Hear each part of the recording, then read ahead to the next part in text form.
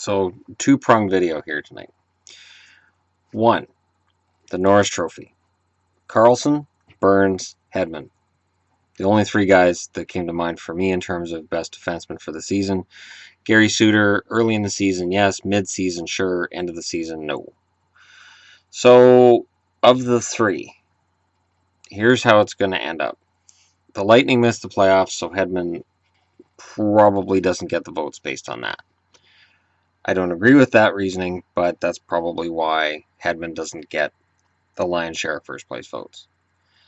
Burns owned this award all year. Then the last 3 weeks of the season happened, and that's when the voting is done. So if people want to say, well, in the playoffs, it's been... No, playoffs don't matter. The voting's done before the playoffs start. But down the stretch, Erik Karlsson made this his award. Again, I don't see how Karlsson doesn't win. I just don't see it. I don't see how Karlsson loses this award this year. And it was Burns's right up until the last few weeks of the season. But those last few weeks of the season, Karlsson really showed that he is the heart and soul of the Senators. He's capable of putting the team on his back and carrying them into the playoffs.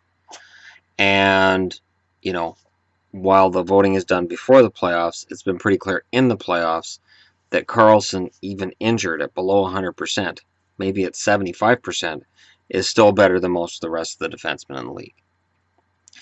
Erik Karlsson is really developing into this generation's Nick Lidstrom in terms of his ability to play hurt, his ability to lead from the blue line, and his ability to play every part of that position equally well. Now, Burns could still win this.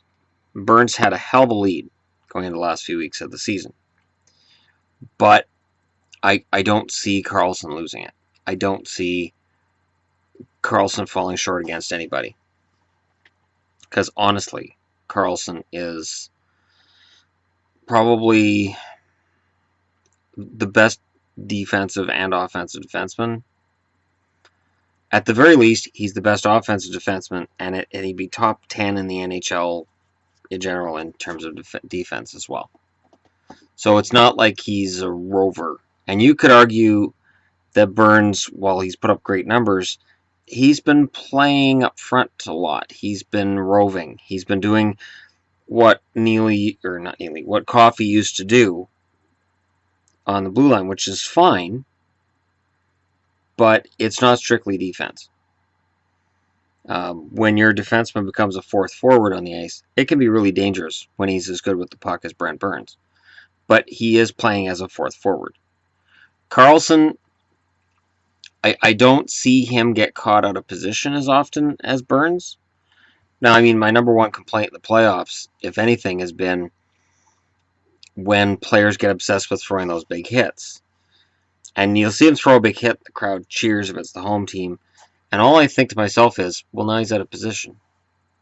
He charged over to hit that guy, now he's out of position. I don't ever see Karlsson doing that. And Erik Karlsson showed, and again, this is playoffs, so this wouldn't have affected the vote. He showed that he is willing to be a vocal leader in the playoffs. He argues with refs if he has to, and he yells at his own players when they mess up. Famously, it looked like he was yelling at Derek Brassard after one play. And that can be a major instrument in terms of you getting respect from your teammates. And Karlsson's growing into the role as the leader of the Senators.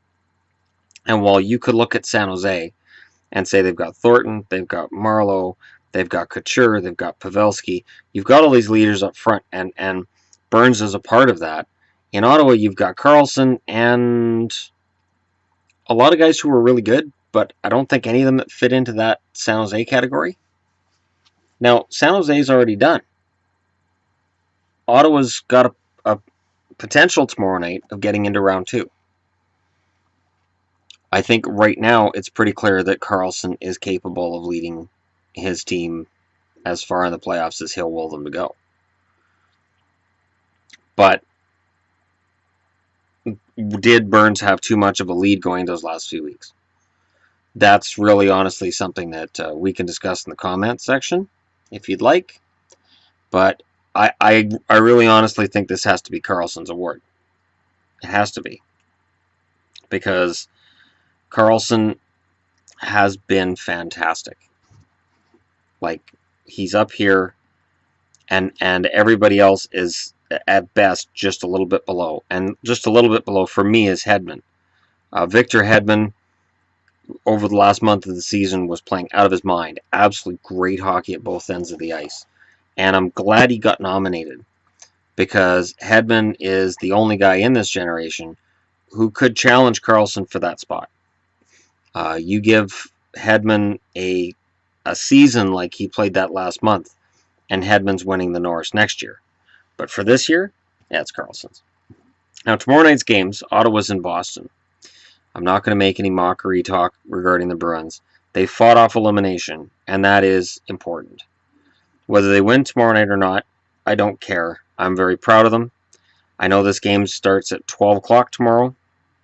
So by 3 o'clock tomorrow, I might be moving Boston off the board, and we may be going into the Washington-Toronto game saying, is this it? Is there no Game 7 in the first round?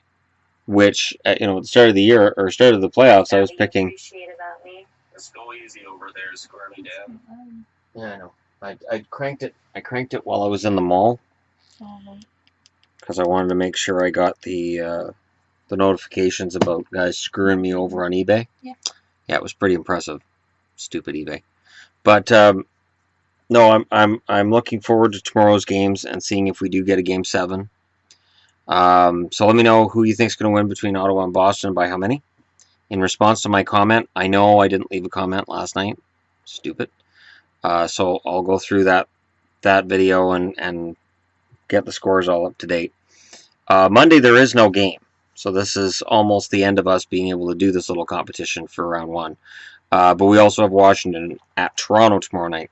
It's a key game for Washington. This is one of those games where a team can say we're still a contender and close it out, or say we're still terrified we're going to blow this and lose it.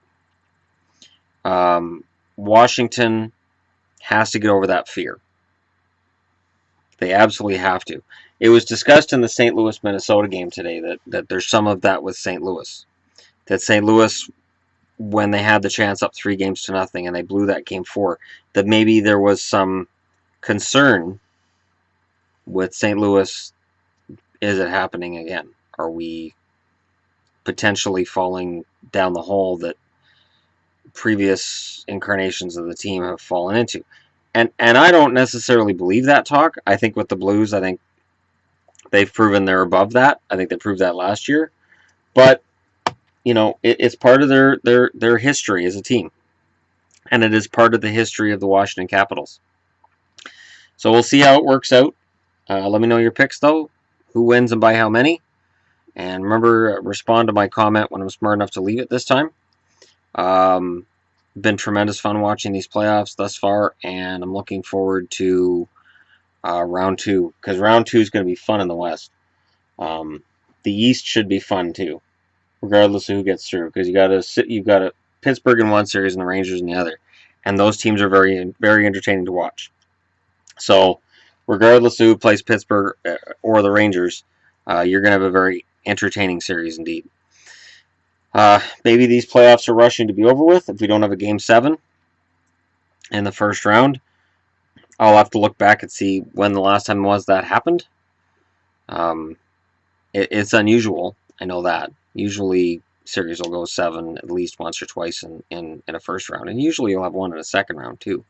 But we'll see. We'll see if this is a year where momentum plays a big role. Like for the Rangers, it seemed like once they got the momentum in Game 4 against Montreal, Montreal never really got it back.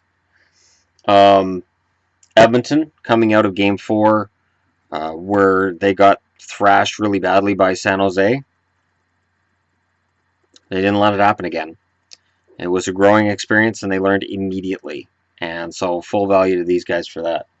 And yeah, we'll see what happens from here. But it's going to be fun, and I'm glad to have you guys along for the ride. And yeah, go ahead and hit like and subscribe if you're browsing your way through. I know you want to. I'm looking at numbers and still seeing about 38% of the people who watch my videos are not subscribers. Go ahead, hit the subscribe button. You want to, it's fine. You want to see more of me, and that's fine. You can watch more of my videos, and that's as far as that's going to go. So thank you very much for watching, and I will talk to you all again tomorrow. And let me know who you think is going to win the Norris. I honestly think it's just Carlson's, but I could be wrong.